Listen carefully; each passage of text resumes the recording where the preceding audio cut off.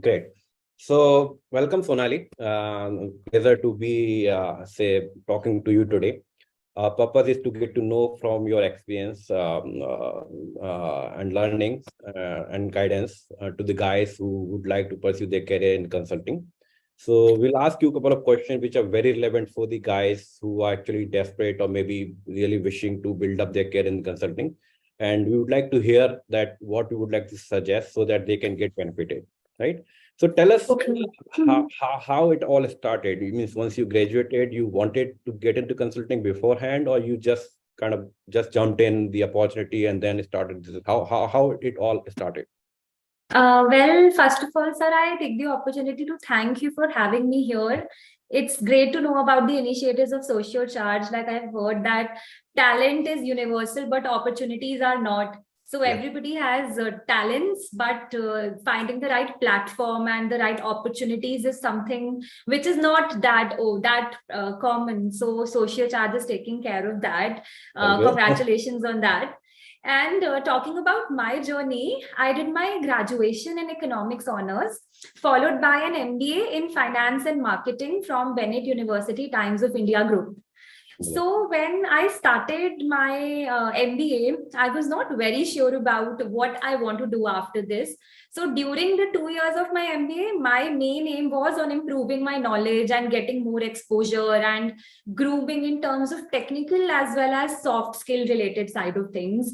So I believe that there are two ways you can actually have your career path decided. One is a lot of people have in their mind what they want, what they're looking for, which is very good, and they accordingly select their courses. And the second way is the one which I went with because I was not really having a particular sector or a job kind of thing in my mind. So the second way is you prepare yourself, you upskill yourself constantly, and along the way explore the opportunities that come your way, and then find out and try and experiment and find out what's your calling. So during my MBA, I got a chance to intern with one of the Big 4 firms in their risk advisory team.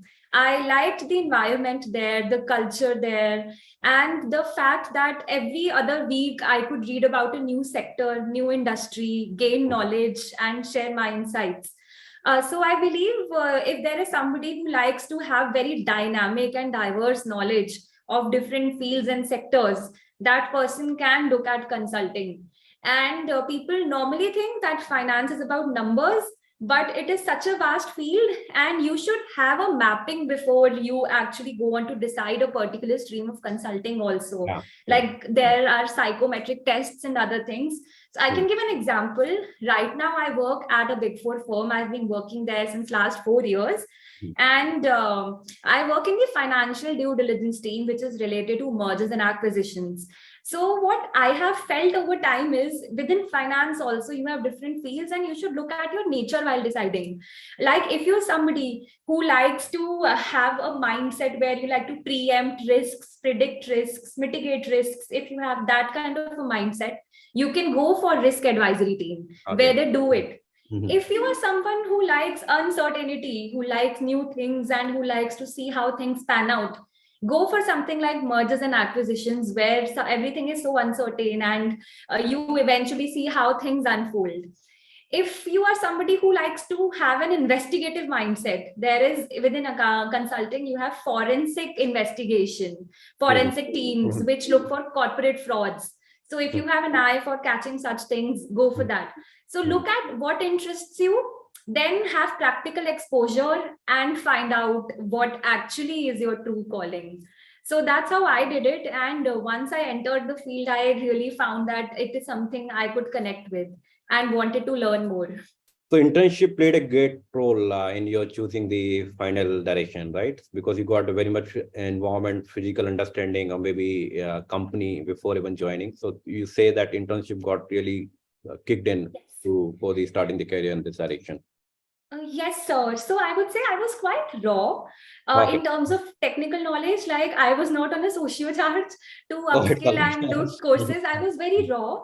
So Mhm. before my internship, I had like huge in my mind. I would not say fear, but I had some inhibitions that I don't have a lot of Mhm. knowledge about Microsoft Excel or tools or Mhm. technology.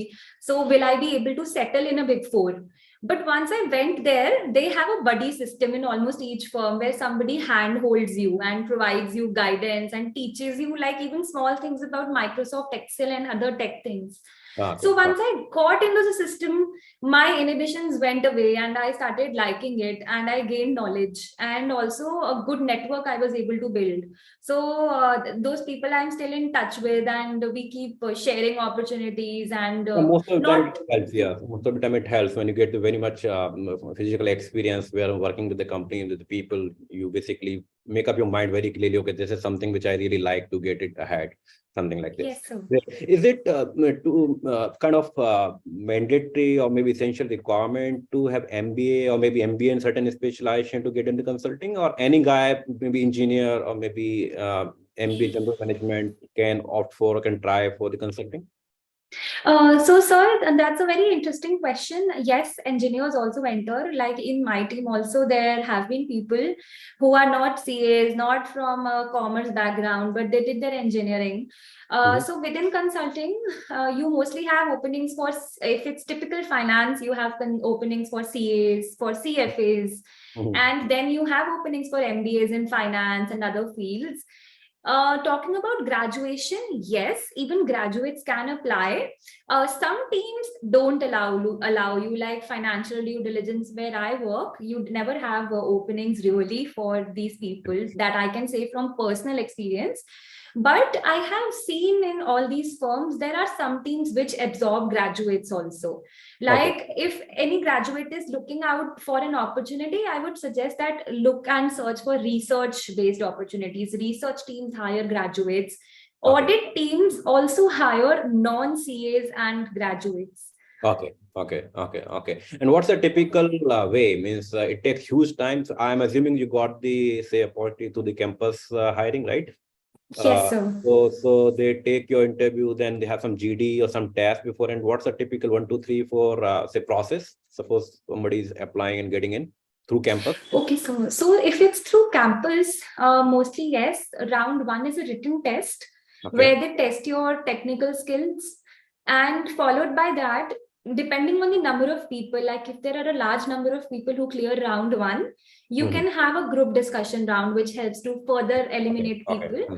Okay. But if there are not many people, you can directly actually go into an interview round.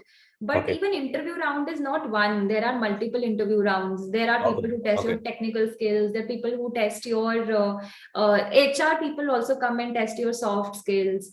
Mhm. Then within technical also you have multiple rounds. Like in the last round, a senior like a director may interview. In your Mhm. initial round, somebody other people from the team you plan to join may interview, Mhm. and even the interview is a mix. So Mhm. for example, they ask you technical questions to test your technical know-how, and also questions to test your stress bearing ability, because in consulting you have to bear a lot of stress and do time Mhm. management. And one very important thing I have noticed is a lot of people think that these interviews are about giving answers, but in consulting they are more about looking at your Awesome. approach to Approach, answer. approach. Yeah, yeah, yeah. So, okay. So, as you said, you've been working in consulting, say, last quite few years, 3, 4 years. So, just a explain typical day means for kind of experiential understanding that how a typical day looks like to a consultant in any company, maybe Big 4 or maybe other companies. What's the typical day that looks like? Okay. So, sir, a typical day, I would say, if let's say it's a new project, Mm-hmm. in the starting, a typical day looks like a lot of research and reading about a particular Mm-hmm. sector, its industry, looking at its financials, and bringing our own analysis and insights and discussing it with our teammates. So, projects are hardly solo. You mostly work in groups. So we divide work and everybody gets a certain segment of a project to look after. And then depending on the project timeline, like if it's a regular day, you can like work on it for 8-9 hours. And after that, people come together and they discuss their insights. And basis that, they plan their next course of action for the coming day. And if there are good insights that come up, then even in between a project, you can approach a particular company for whom you are doing your consulting related work, ask them questions. So I would say it's a lot about keeping your mind active every day. Like it's never the same. Even like two different projects for the same industry have something new. So every day you have to actually look for data, look for trends, facts, and provide your insights. Okay. So is it also more of traveling? Typically perceive that in consulting you got to travel a lot, and it's maybe whole say more than 8-10 hours you need to work on daily basis. Is it like that typically? Sir, I would say that about working hours, I would say it depends on your project, it depends on Okay. your client, it depends on Okay. your team. But in general, I find a lot of work-life balance in consulting. Like it's a myth that you don't have a life. Basically, yeah. I mean, in our college time also, we used to think, yeah, it's too much. 12 hours, 13 hours, you are just kind of waking up, sleeping, and going like in cycle. Yeah, but That's rare. quite very much. That's rare. But Okay. I would like to add one more point here. So if I talk about Big Four firms also, these Big Four firms and other consulting firms also, they have two kinds of offices. One is client facing, Okay. like if Okay. XYZ India Mhm. and XYZ US. Same Mhm. XYZ also has a supporting office, which is Mhm. in some other country. Like if you would have heard of major consulting firms having their offices in India also. So Mhm. those Indian offices support the offices from the respective places. So if, for example, if it's a particular consulting firm from Australia is being supported by a consulting firm in India, then the Indian firm helps that particular firm and they partner together to work on the same project. Yeah, So they divide the work basically, right? So they divide the work. Yes, that sir. that's fair. Yes, in today's And due environment. to that really, and due to physical virtual business has become such a huge reality that there's not much difference apart from the fact that location is different. Yeah. So for each firm and each team it can differ. So in those cases even travel is not there. So if you are on a client facing role, you may have some travel, Okay. in fact lots of it for particular teams. But if you are in another firm which is Okay. supporting the main office, you would not have any travel apart from any international trips you may have like once in like 2-3 years for business travel and something like that. Okay, great. So, do you see any particular trend shifting nowadays that probably aspiring consultants should look into? And what would you kind of advise them to basically prepare themselves to get the basically frictionless entry in consulting domain? Okay, so sir, one definitely I would say something which is spoken about a lot is technology. Frontier They say that technology. ABCDs of business, A is Yeah, for yeah. now artificial Mm. intelligence, B for blockchain, C for Uh-huh. cloud, D for Uh-huh. data. So that is there where, like, for example, fintech, a lot of fintech firms are coming. No matter which sector you are consulting for, some IT angle comes to it. So if, for example, if it's a fintech firm, it can come to a consulting firm to ask like, how can we efficiently make payments? How can we increase our customer base and our operating margins? Mm. So technology side is improving and growing. Then another field which is really going strong is ESG and green Yes. finance. Okay. So Okay. like new industries coming up, new firms coming up. I recently heard about a firm. What it does is it helps you buy blockchain kind of investment tools relating to green finance only. Like you can buy a cryptocurrency Mhm. which links its value to the amount of sustainability in a particular economy. Carbon credit kind of thing that gets in. Okay, that's pretty much in Yes, hype right now. Very pretty much. much. Yes, So, yes. yes, so ESG reporting and such things related to this side of things, they're really growing. So there's a huge scope for that. Great. So, Abhi, why, what exactly, suppose if you want to say give final words to the guys who are maybe in second year of MBA, maybe final year of their graduation, and if they are aspiring to get into the Big 4 companies, what are the top three kind of advice that you would like to give them so that they can basically navigate their path? And same thing we can also introduce in social charge so that the guys who are basically interested in, they get very much handholding in initial days, and of course later on their real own caliber makes sense, but initial time that things can be smoothened for them. So what are those things we would like to hear? Okay, so first I would say that focus a lot on building your network. Okay. Your network determines your net We are worth. creating the network. Oh, That's one nice part. to know. So it's very important to have a good network, because then what happens is a lot of exchange of information and what is up in the market happens, and exchange of opportunities also happens. So even in your job, like being connected with your team is very important. Your teamwork and your soft skills go a long way in your career. So always focus on having a good network. Then the second I would say is a lot of people undermine the importance of soft skills in finance related profiles or consulting related profiles. It's very important that you are a good team player, and even especially when you're starting out, if there are two candidates, one person has a pleasing personality, seems like has a smiling face, seems willing to work and learn. The other has more knowledge but is not having a very good attitude. Yes, sir. Okay. So people who are more confident, who are more willing to learn, who have interests and inclination towards soft skills, are the ones who actually make it there. And the third I would say is have good knowledge about the industry, about what's happening in the tech world, in the world of finance. So have like a very dynamic kind of knowledge. So for example, when I went for my interview, I was asked questions regarding automobile sector, gold sector, and so you can be asked anything, guesstimates, like read about guesstimates. Yeah.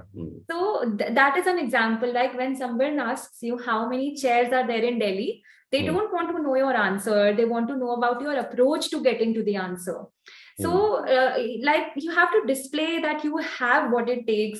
If you have worked in group projects, if you have done any case studies, where because the work you would have done in the case study is what you would do in consulting also. So those kind of case studies, or if you are in college, join a finance club, Yeah. join a finance society. So all of these shape up the kind of personality which these firms look for. Okay, great.